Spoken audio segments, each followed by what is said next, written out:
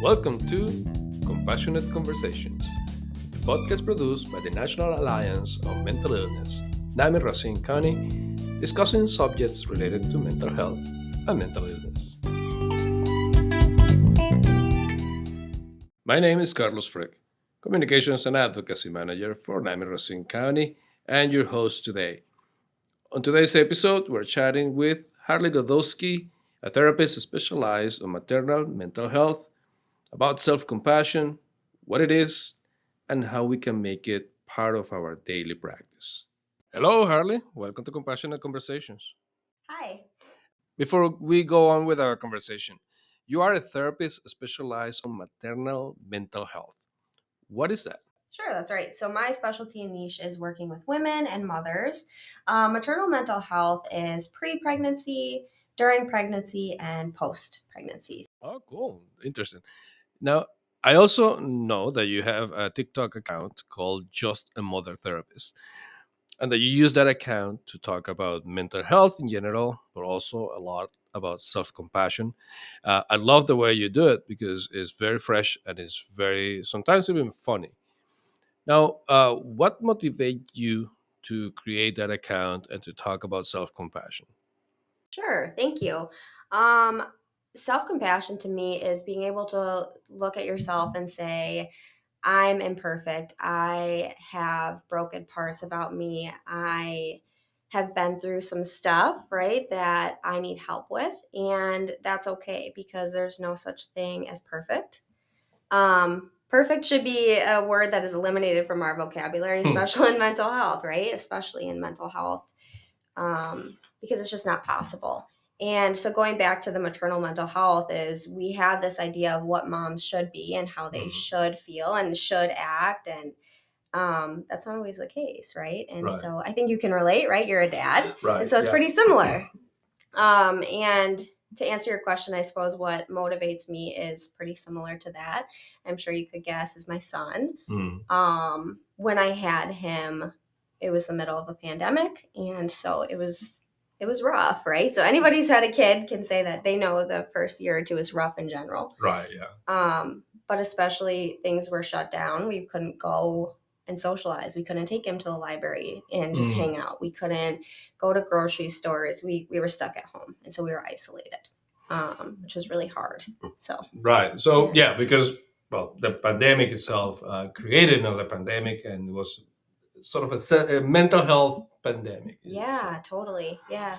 So that your experience with that, your life through that, gives you a whole new sense of what maternity is, and obviously it gives you a new idea of what other people are going through. Yeah. So is that the message of your videos on TikTok? Is that are you trying to tell people, like I felt this way as well? Right. Yeah, I get it, right? Right.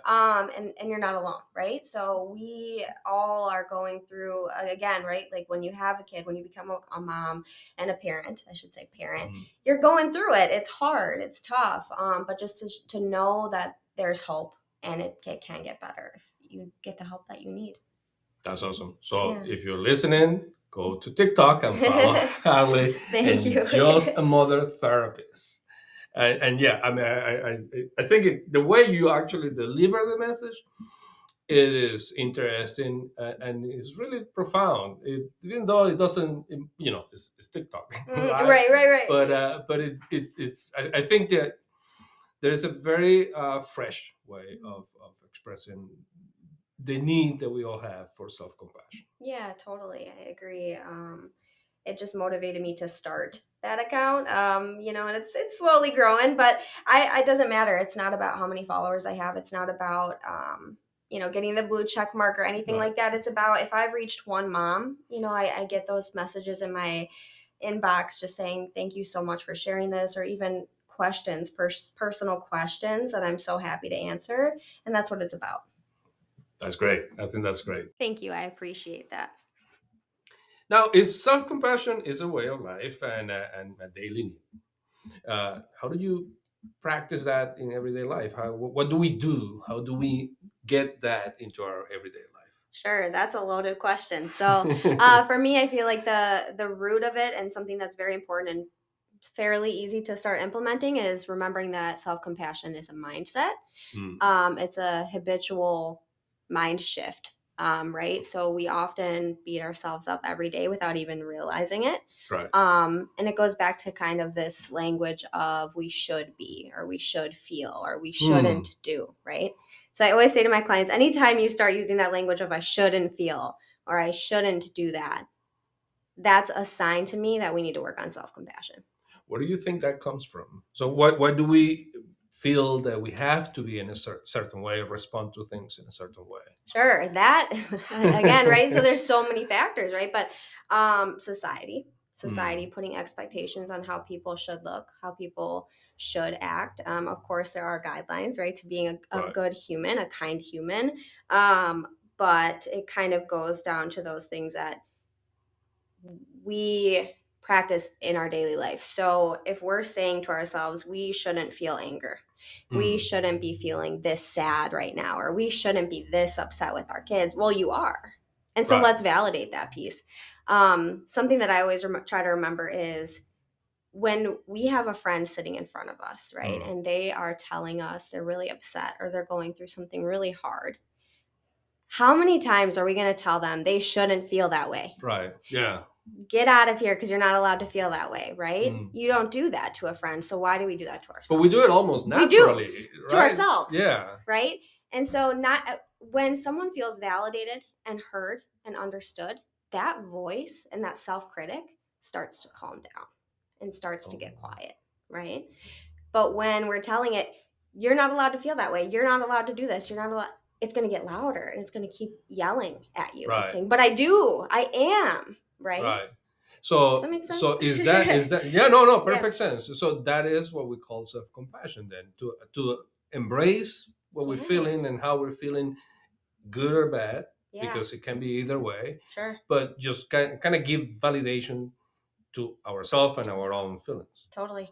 I think that there's no emotion that's right or wrong. Mm. Sadness holds just as much weight as happiness, right? You're going to feel Mm. happy some days and you're going to feel sad some days, and that's okay. We feel it and we let it pass and we validate it and we take care of ourselves.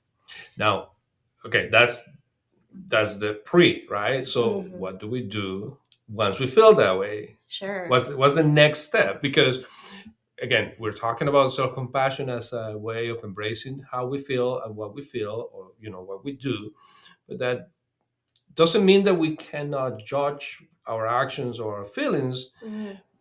Judgment is Sure. sounds a little bit harsh maybe, but but we do judge Sure. everything every day because we evaluate whether it's good or it's bad. Mm. So once we feel in a certain way, we have an option. We have the option of saying, okay, look, you feel that, well, tell ourselves, I feel this way. This is whether good or bad, but this is how I feel right now, and I'm going to embrace that. Mm. And then what's the next step? Mm. How do I act? You have to Sure. act before that feeling, Sure. right? How to act before, how to make good healthy choices, is that kind of what you're Right. asking? How to still make Yes. healthy choices? So Right. even if you're angry, even if you're sad, even if you're, I mean, anger is a blanket emotion, right? So Right. under it is usually sadness, fear, guilt, shame, right? So Right. if you're feeling all of those, is this what you're asking me? Is that how do you still make healthy choices? Correct. Is that kind of what Yes. you're saying? Yeah. Because you um have the options, right? You can Totally. go against yourself or for yourself. Yeah. So You which bring up a one? really good point though when you say kind of going against yourself. That reminds me of this exercise I have clients do, right? Where you make 3 columns on a piece of Mm. paper. On the left is your values. In the middle is where did you hear that value? Where did you get that value from? And then on the right, the furthest column is it true to me, right? So I might have looking really good. That might be a value. Hmm. External looks. Right. And then my middle column might be where did that come from? My cousin, right? Right. Or church or whatever it is, whatever it came from, right? Could be a zillion reasons and roots where those values came from. And then the right one is for you to really sit with that and say, Mm. is that true to me? Is Right. that a value that I want to follow, right? And so when you can do that with all these different values, then when you're following your value system, you're not the ones that are true to you, authentic to you, and feel right within your soul. When you're following those, you're not going to feel bad about yourself. You're not going to feel that because you are doing what's true to you and what feels right in your soul. You are connected internally with the external expression of it. Totally. So if one of my values is honesty, no matter where I got that from, that's true to me, right? And I've sat with that and I've resonated with that. That's always true to me because anytime I'm honest, I never feel guilty. Does that make sense? Yes. And that's hard, right? It's easier said than done. Right. But it's kind of one of those things we sit with, and that's where self-compassion comes in because a lot of times we don't follow our value system, right? Because it's from somewhere else and it's not true to us. So it's relearning those patterns that can take a lot of time and practice and effort. How do we start to connect with, I mean, and by connecting, I mean, how do we discover what is it really a value for us? What is given to us, and what is, well, I would guess that all values are given to a certain point, but what is really what is ours and what is an imposition from somebody else. Sure, that makes sense. The first thing I would ask you to do is just sit with that feeling of maybe your actions and think of a time that you exhibited that value, that you upheld that value. How did that feel for you when you actually sit with it? Because a lot of times in the moment you feel like it's right because it's just your daily life. Right. So if we take looks, for example, right, and you think that's one of your values is looking externally well to others. And you sit with that and you think about how that really makes you feel and how that's really working for you. Does that genuinely feed your soul? Does that genuinely help you to feel good at the end of the day? Right? And a lot of times it's no. Right. Yeah.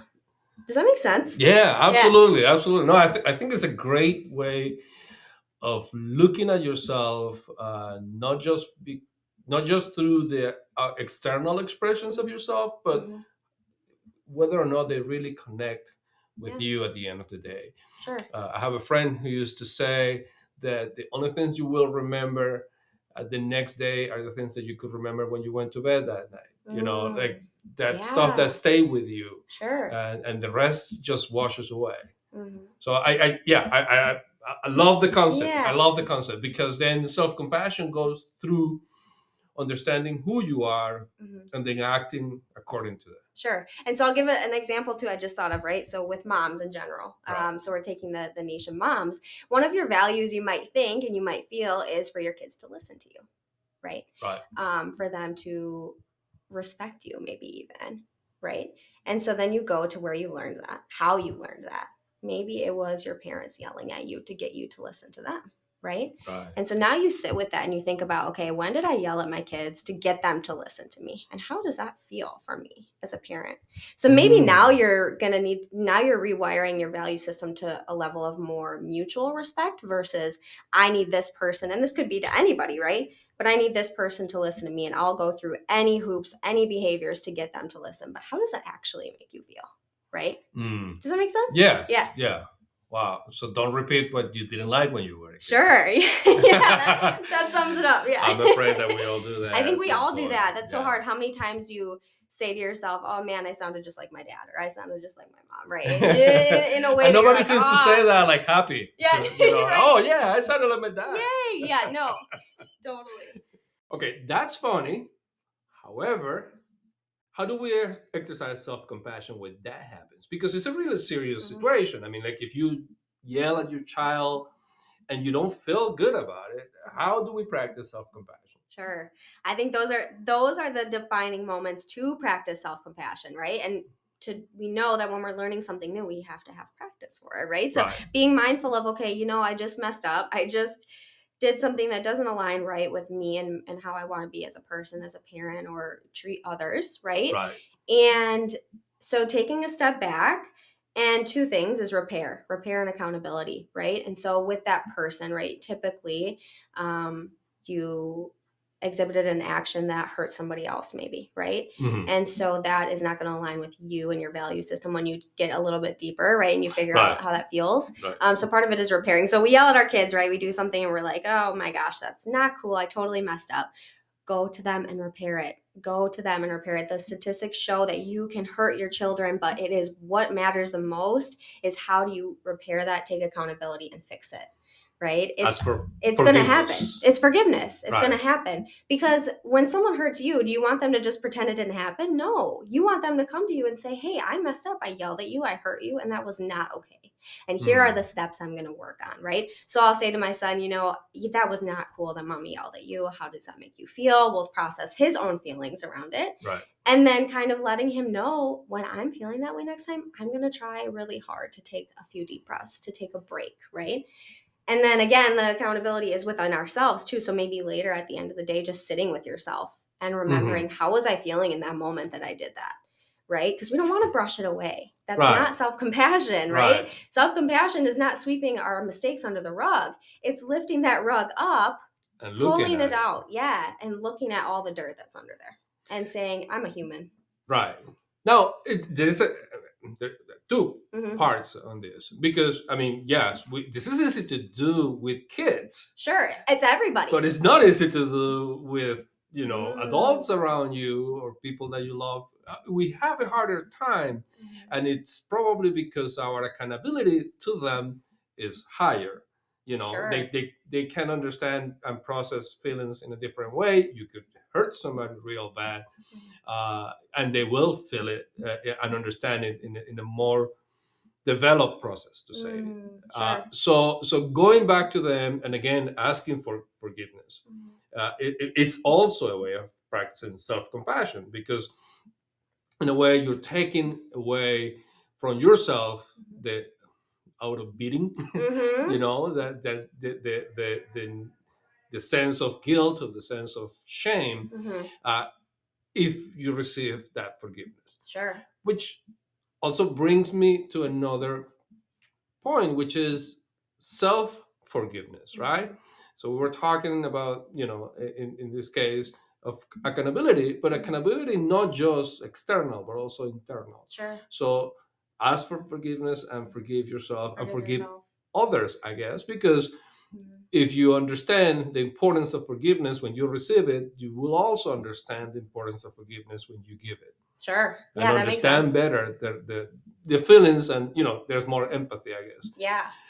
Now, with that, how do I go about learning what values are mine and what values are not? And I guess we could go the negative way, trying to understand what values are not mine. Right. Sure. Because what I am not, what I don't feel like, what makes me feel bad. Or we could go the positive way. Sure. What makes me feel good, what makes me feel proud, what makes me feel, motivated. How do we go about that? How do we defining find the two, those? right? So for some people, it's easier to look back and say, some people might come to therapy and say, I've made these mistakes or I've done these actions and that doesn't sit right with me. I want to fix it. Right. So, and yeah, again, this applies to everybody. My niche obviously is working with women and mothers, but this self-compassion is for everybody. So you pull, again, we go back to that rug analogy, right? And you kind of pull out the dirt. Well, let's look at the dirt, right? And let's kind of pick it apart a little bit. How is it making you? What feelings are coming up for you? Some people have an easier time defining the things that are working well, and some people have an easier time defining the things that are not. But there's always a reason you're seeking help, or there's a reason you're questioning what's going on, or your mental health, or you're seeking therapy, maybe, right? So let's dig into that. Like, what is that reason? Maybe it's because I'm constantly yelling at my kids. Maybe it's because I'm choosing substance over healthier coping mechanisms. It could be anything. Right. There's something that you're seeking help, or you're wondering what's working and what's not. So let's start to have a conversation about that. You know what I mean? Yeah. Actually, as you're talking, I'm thinking, okay, so maybe one way of finding out what's my values and what is not my values is by looking at the results of following those values. So Sure. if the results are negative, then obviously those are negative values. Sure. The results are positive, then there will be positive, Yeah. result values. But Mhm. it makes me think now that then if we do connect with those positive values Mhm. and we do practice self-compassion, obviously our life will be much happier, Mhm. Yeah. much more fulfilled, Right. And it right? kind of goes back to this idea too. You said forgiveness for yourself. That's so important because at the end of the day, if you hurt somebody else, it is not in your control if they're going to forgive you or not. Right. You Yes. have to sleep with yourself and you have to live with yourself at the end of the night. Right. At the end of the day, you have you to live with, just you. Right. Right. And so you have to forgive yourself for those mistakes because I truly believe that everybody does the best with what they know at the time. Right. And that's compassion for everybody, but also yourself.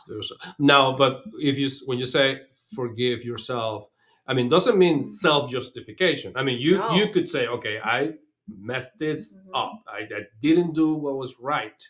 Mhm. I forgive myself, but that doesn't mean that I justify Sure, that the I did. action or Right. yeah. So it's more of a, what do I do now that I understand that I didn't do something Yeah. correctly. It's an explanation, not an excuse, right? Excellent. Mhm. Okay. Yeah. Perfect. Yeah. So That. we can explain what we did. Yeah. Maybe you've been through trauma in the past, right? Right. And so you can say, I did this and I'm acting this way, and it's a trauma response, right? So 9 out of 10 times, 10 out of 10, let's say let's be real here. When you inflict a reaction on somebody else and you're repeating abuse, you're having a trauma response. When you are reacting to your kids or to other people in ways that are not feeling right to you, that also relate to your past, that's a trauma response. So we can sit with ourselves and say that explains it, Right. but that doesn't excuse it. It does not excuse it. Perfect. Now, okay, some people might be listening to this Sure. and saying, okay, that's all perfect, Mhm. but I don't have the time. I have Mhm. kids, I have work, I have Mhm. responsibilities. I don't have the time to try to dig into myself and find out what makes me feel good Sure. and what makes me feel bad. So what tools do we have? I mean, and obviously, and we were talking about this before, if you have the time to feel bad, you also have the time to feel good. Mhm. So how do we revert Yes. that? Part of it, I think, part of it is self-compassion, right? So I'm even picturing, this glass of water I've got right here, and it's full of water, and it's filled with maybe negative, we're doing the analogy of this, right? So it's filled with past traumas, it's filled with hurt, brokenness, imperfections, things to work through, reactions. That's filled with all of that, right? It's going to take time to slowly pour this out. Right. And fill it back up. And that's not going to happen overnight. That's not going to happen with one workbook or one therapy session, but there are tools that you can use, right? So therapy is a good one. Obviously, I'm an advocate for that. But there's also workbooks. The number one I recommend is the Self-Compassion Workbook by Kristen Neff, I believe, is the author. And it's just a really quick practical guide. And so it doesn't mean you have to finish it overnight. Again, this is having that self-compassion that it's going to take time. This is a new habit. Habits take what, if I can remember right, like up to 70 days to change your habits. So, but that's when you're doing it consistently, right? So that's a long time so you're going to mess up still. And so if you only have an hour a night or an hour a week to do a workbook or to read about it or to listen to podcasts like this, right? Or to go to therapy, start somewhere. You can start somewhere. Perfect. And you can always find somebody, to feel, to feel with, and to feel that, again, that you're not alone, that you're not the only one going through this. Yeah. Well, this is all really, really good stuff to think about. But if we were going to do one thing, so how do we find that self-compassion? What would that be, that thing that you would recommend for us to practice self-compassion with ourselves in our everyday life? Sure. One of the things I do that really seems to resonate with people and put it into, it's a perspective thing, right? And so when I ask my clients, or even I'll do this with friends, right? Of if you think of someone you have compassion for, you think of someone you love and show unconditional love for, right? And so if they're sitting in front of you Right. and they're telling you that they've done what you're saying you've done, or they're feeling what you're feeling right now, right? Where you're kind of beating yourself up for it, they're that person and they're coming to you with that. Right. How do you respond to them? Usually with validation and support and kindness. It's not ever really get out of here, you're not allowed to feel that way. Right. It's not, you shouldn't, don't, right? It's, yeah, you're allowed to be angry because what happened to you is not normal. That's not okay. We're not going to normalize that. We're going to validate that your anger is, and your sadness and your hurt is very real. And you deserve kindness, and you deserve all of the things that bring you joy, right? But when we put ourselves in that chair and we're looking in the mirror and we're saying, man, I shouldn't feel this way, or I made that mistake, I'm a terrible person, we beat ourselves up consistently. Right.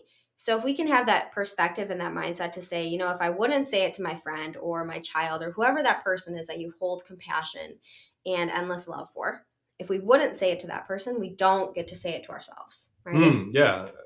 Now, that is interesting because we shift the judgment process, right? And so instead of thinking negatively about the other person, we choose empathy. Always. I mean, most of the time, right? Especially when it's someone you have that compassion and that love for, right? So this is just a process of choosing empathy for yourself. And acceptance, yeah. And empathy and acceptance, I think, are key to self-compassion. Yeah. Wow. Well, Harley, thank you. I mean, this has been a really eye-opening conversation, and I really love it. Is there anything else you want to share with our audience? No, not that I can think of. Thank you so much for having me today. No, again, thanks to you, Harley. And I hope that our listeners feel as inspired as I am with this conversation. Thanks to our listeners again for all your support.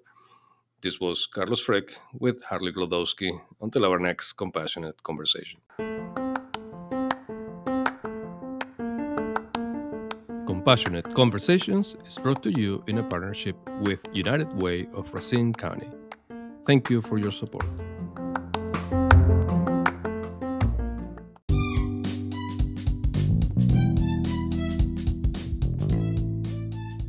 NAMI Racine County is a local affiliate of the National Alliance on Mental Illness.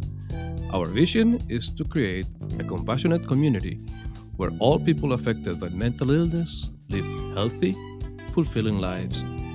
NAMI Racine County provides advocacy, education, support, and public awareness so that all individuals and families affected by mental illness can build better lives. Visit us at www.namiracinecounty.org for more information on mental health and related activities.